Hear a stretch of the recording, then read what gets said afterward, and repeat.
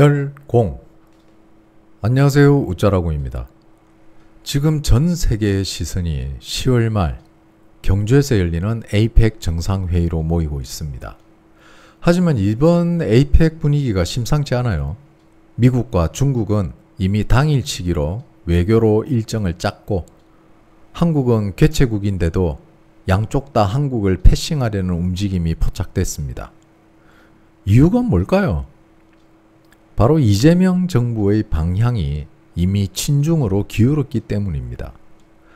트럼프 행정부의 이번 에이펙 전략은 명확합니다. 중국 편에 설 나라와 미국 편에 설 나라를 가른다. 이게 에이펙의 진짜 목적이에요. 표면적으로는 경제협력, 하지만 실제로는 경제 블록 재편 테스트입니다.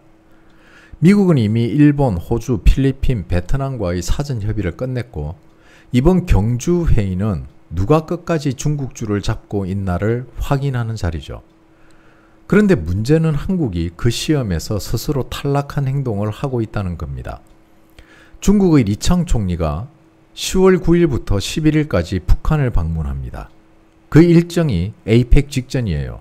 즉 중국은 이미 한반도 전체를 자신들의 외교 무대로 세팅을 했습니다.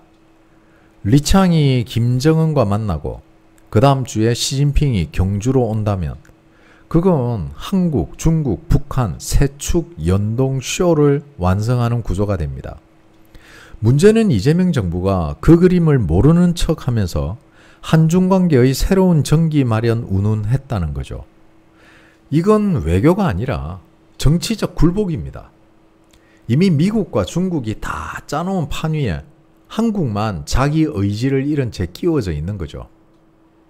에이펙 개최국이면 정상들이 최소 2, 3일 머무르며 양자회담을 합니다. 하지만 이번엔 다릅니다. 트럼프 대통령, 시진핑도 에이펙 하루 전 중국과 약식 회담 후 바로 귀국합니다. 이거는 명백한 시그널이죠. 한국은 협상의 중심이 아니라 결과를 통보받는 나라다. 즉 한국은 이번 회의에서 듣는 역할만 하게 된다는 겁니다. 정상회의가 아니라 양측이 한국을 패싱하는 자리가 돼버린 겁니다. 시진핑은 이번 에이펙을 자국 체제 회복의 무대로 씁니다. 중국 경제가 무너졌다는 인민일보의 기사 이후 시진핑은 아직 중국은 건재하다는 이미지를 연출하려 하죠. 그래서 한국을 이용하는 겁니다. 에이펙 정상회장에서 한국과 협력한다 한마디만 던져도 중국 언론은 그걸 한국이 중국을 지지했다로 포장할 겁니다. 즉 이재명 정부의 한마디가 중국의 체제 홍보에 쓰이는 구조예요. 그런데 한국 외교부는 이걸 오히려 성공적 회담 기대라고 자화자찬하고 있죠. 이건 외교가 아니라 국가 브랜드 하락입니다.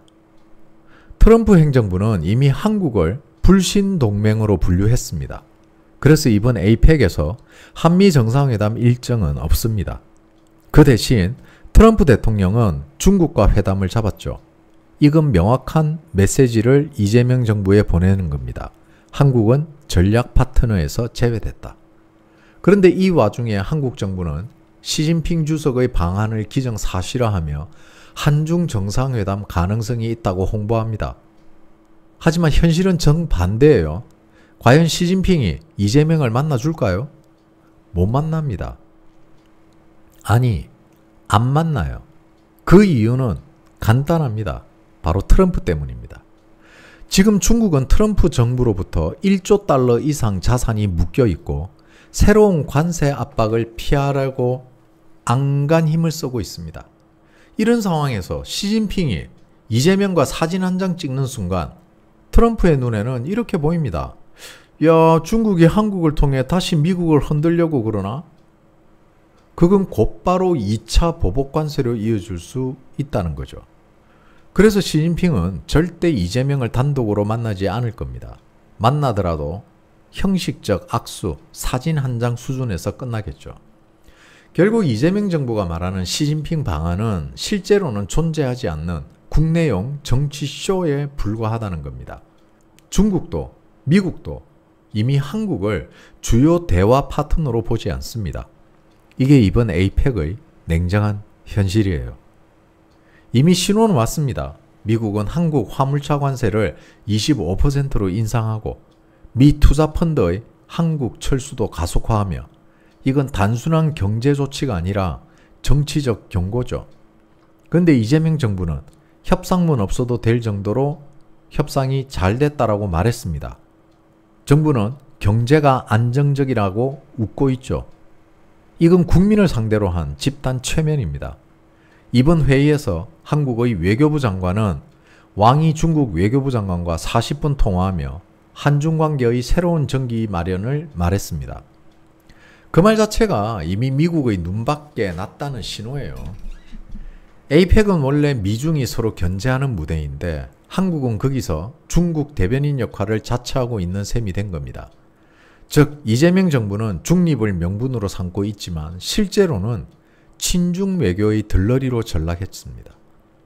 지금 중국은 이미 몰락 단계에 있습니다. GDP 성장률 3%, 부동산 파산, 실업률 20%, 외환 유출 급증. 그런데 한국은 그 나라와 경제를 엮겠다고 났습니다. 이건 단순한 정책 미스가 아닙니다. 이념적 맹신이에요. 중국과 함께 가야 산다는 착각은 결국 중국과 함께 가라앉는다는 결말로 이어집니다. 이제는 전 세계가 한국을 다르게 보기 시작했습니다. 한때 세계 2, 3위권이었던 대한민국의 여권 파워, 지금은 추락 중입니다. 태국은 무비자 체류 기간을 30일에서 15일로 줄였고 뉴질랜드 입국 신고를 출발 전 온라인으로 제한했습니다. 프랑스와 유럽연합은 전자여행 허가를 의무화했고 미국은 한국인의 생체 정보를 입국 일주일 전 등록으로 강화했습니다. 일본은 아예 재입국 제한 명단에 한국인을 올렸고 호주는 60세 이상 한국인에게 건강검진 비용 50만 원을 요구합니다. 이건 단순한 행정 절차 변경이 아닙니다. 한국인에 대한 국제 신뢰도 하락이라는 외교적 평가입니다. 예전에는 한국 여권 하나면은 어디든 자유롭게 여행을 할 수 있었죠. 그런데 지금은 입국 거부, 체류 단축, 보증 요구가 잇따르고 있습니다. 행정사들조차 경고합니다. 10월부터 한국 여권으로 입국이 금지되는 제한되는 나라가 10개국에 달한다. 이건 외교 참사입니다. 국민은 아무 잘못이 없는데 정권의 무능과 불신 외교 때문에 국가 신용이 떨어진 겁니다. 자유로운 해외여행조차 제약받는 나라, 그게 지금의 대한민국이에요. 그리고 여기서 중요한 한 가지, 한국은 미국의 동맹국가가 아닌 중국의 속국으로 인식한다는 거죠. 길거리 아무 곳에서 똥 싸는 중국인들 같이 한국인을 같은 눈으로 본다는 겁니다.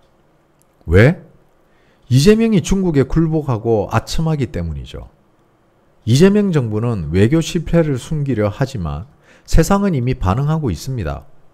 국민의 여권이 거절당하고 있다는 사실이 이 정부의 진짜 외교 성적표입니다. 결국 한국의 여권 파워 축소는 한국이 어디에 있는지를 보여주는 거울입니다. 미국은 이미 냉정하게 평가했고 중국은 그걸 교묘하게 이용하고 있습니다. 이재명 정부가 아무리 포장해도 국제사회는 다 알고 있어요. 한국은 지금 침몰하는 배에 올라탔다. 하지만 진실은 언제나 드러납니다. 거짓 홍보, 통계 조작, 언론 선동, 여론 조작, 지지율 조작, 그 모든 걸 넘어서 결국 남는 건 결과입니다.